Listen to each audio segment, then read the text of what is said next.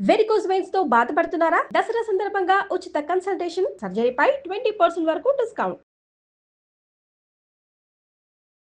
Hi ma'am. Hi కీర్తి. కొంతమంది ఉంటారండి, like భర్త మా హస్బెండ్ అంత బాగుండడండి అని చులకనగా చేసి మాట్లాడుతూ ఉంటారు. నాకు అనిపిస్తుంది, పెళ్లి చేసుకున్నప్పుడు కళ్ళు మూసుకున్నావా, పెళ్లి చూపులు, పెళ్లి పీటలు ఏమైనా ఉంటాయి కదా, ఇప్పుడు ఎందుకు పాపం ఆయన అట్లా తక్కువ చేసి మాట్లాడతారు అనిపిస్తారు. Group of women together ladies చూసినప్పుడు ఎక్కువ శాతం మనం చూస్తూ ఉంటాం. సో వాళ్ళని ఎట్లా చూడాలంటారు?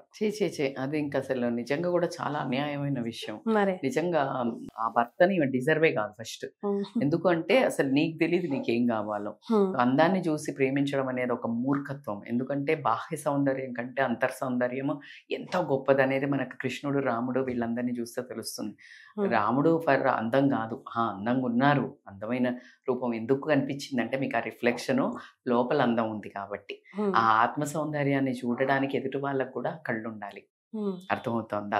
సో ఎప్పుడు కానీ ఇప్పుడు ఫర్ ఎగ్జాంపుల్ ఒక చిన్న ఎగ్జాంపుల్ తీసుకుంటే, ఇప్పుడు లోకం గ్రీన్ కలర్ అద్దాలు పెట్టుకొని గ్రీన్ కలర్ కనిపిస్తుంది ఏందన్నదండి, పచ్చకామర్లు అడుగు లోకం అంతా అందం మీద పోతోంది ప్రపంచం.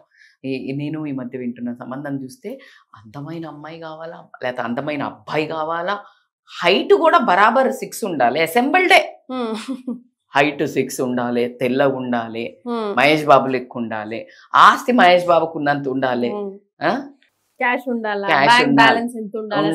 అత్తమ్మ ఉండొద్దు, ఆడబిడ్డ ఉండొద్దు.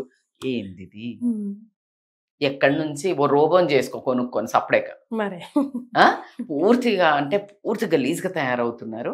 ఆల్రెడీ ఎవరైతే చేసుకుంటున్నారో అంటున్నారో అంటే మాత్రం చాలా అంటే you have to change your attitude towards the మనుషుల విషయంలో మీరు ఆలోచించే విధానమే తప్పు. అసలు ఏ మనిషినైనా అట్లా ఆలోచించకూడదు, అందం గురించి జడ్జి చేయకూడదు. అందులో కట్టుకున్న భర్తను అనడం అంటే మాత్రం ఇక మనం మరీ కల్చర్ నుంచి వచ్చినాం కా, పతియే ప్రత్యక్ష దైవం అంటే ఈ దేవుడు అందంగా లేడు నేను వేరే దేవుణ్ణి మొక్కుతా అంటావా? మరి తప్ప ఏం మాట్లాడుతున్నారు మేడం, మీ ఆయన ప్రత్యక్ష దైవాన్ని కింద పెట్టకండి. నేనేం చెప్తున్నా, అందం కోసం నేను ఎప్పుడూ ఎవరిని కమెంట్ చెయ్యొద్దు. కానీ ఇప్పుడు మనమైనా ఇప్పుడు పేరెంట్స్ గా ఫస్ట్ పెళ్లి సంబంధం, పెళ్లి చూపులను ఏర్పాటు చేస్తాం. బాహ్యం అదే 100% నేనే చెప్తా. ఇప్పుడు ఎవరైనా లా ఉన్న అమ్మాయి, మా అమ్మాయి మన వైపు ఉన్నారు అనుకో, నేనంట సన్నగ దాన్ని అంటే ఇష్టం ఉంటే చేసుకుంటారు, లేకపోతే అంటే ఓవర్ యాక్షన్ చెయ్యకండి ఏదో పెద్ద ఇదో స్వయంవరాలు చేసేటట్టు. ఎవరు ఇప్పుడు నీకు అన్నున్నాడు, నా కొడుకున్నాడు, నేను కొంచెం సన్నగున్న అమ్మాయినే చూస్తాగా, ఎవరమైనా చూస్తాము మీడియంగా. నేను అనేది ఆ హక్కు నువ్వు తీసుకోకు, పెళ్లి చేసుకున్నాక నువ్వు వద్దు అనుకుంటే నీ ఇష్టం, నువ్వు వెయిట్ చేసుకో. కానీ ఒకవేళ వాళ్ళ ఒక గుణం బాగుంది అంటే మాత్రం రూపం మీద కాంప్రమైజ్ అవ్వండి. ఈ లావు అనేది వేరు, లావు హెల్త్ ఇష్యూస్ కాబట్టి భయం వేస్తుంది, కాబట్టి మనకి హెల్త్ ఇష్యూస్ వస్తాయి కదా. ఇప్పుడు అట్లాగే వదిలేసినామంటే లైఫ్ స్టైల్ డిసీజెస్ వస్తాయి. నీకు ఆ సెల్ఫ్ కమిట్మెంట్ లేదు అని అంటే నీ గుణాన్ని కూడా భయపడాల్సి వస్తుంది. ఈ రూపాన్ని ఇప్పుడు నీ ముక్కు పెట్టు, ఈ రూపము, కళ్ళు, ముక్కు, నల్లగా తెల్లగా, హైట్, వీటిని ఎక్కడి నుండి తెస్తాం? లావు is a different story. You don't mix that and this. లావు మన తిండి చేష్టల వల్ల, మన ఒళ్ళు బద్ధకం వల్ల, వీటి వల్ల అంటే నీకు అసలు సోయం లేని మనిషి అన్నట్టు కొంచెం డేంజరే. నేను అది మాత్రం క్షమించా. ఈ లావు అంటే లావు ఉన్న వాళ్ళని చేసుకోవద్దా, పెళ్లిళ్ళు కావాలి, అది కాదు నేను అనేది. It effects your personality, it shows your personality. నువ్వు కొన్ని రోజులు ఇంకా తగ్గుతావా పర్వాలేదు, ఎప్పుడో ఒకసారి సోయి వస్తుందా, వచ్చిందనే చూపి.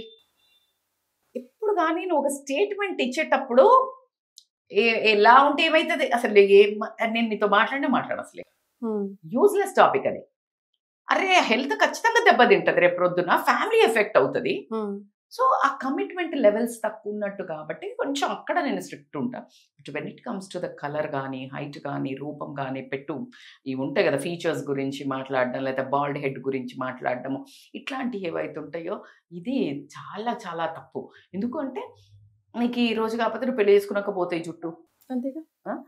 నేను ఈ మధ్య రీసెంట్ గా చూసా, ఒకళ్ళు చాలా ఫెయిర్ ఉంటుంది అమ్మాయి, అసలు ఒక 5 years తర్వాత మొత్తం స్కిన్ మీద బొంగు వచ్చిందిరా.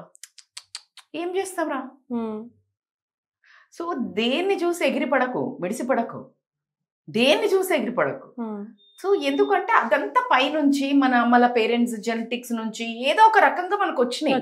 దాంట్లో నీ మైనస్ కాదు, నువ్వు రెస్పాన్సిబుల్ కాదు, మంచికి రెస్పాన్సిబుల్ కాదు, చెడు నువ్వు అందంగా పుట్టంగా నువ్వేం పెద్ద నేను అందంగా ఉన్నా అనకు.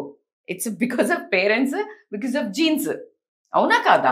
సో నీ గుణాన్ని నువ్వు ఎట్లా ఫ్రేమ్ చేసుకోవాలి. ఎవరైతే దీని గుణం మంచిగున్నా కూడా అందం గురించి మా ఆయన ఏం చేసుకుంటాం తీ ఏందే ఎట్లుంటాడు మా చెల్లి వల్ల ఆయన మస్తుంటాడు తెలుసా. బికాజ్ నీకు సాటిస్ఫాక్టరీ లెవెల్స్ తక్కువ, డెసిషన్ మేకింగ్ లేదు, నీ నిర్ణయం మీద నువ్వు కట్టుబడి ఉండవు.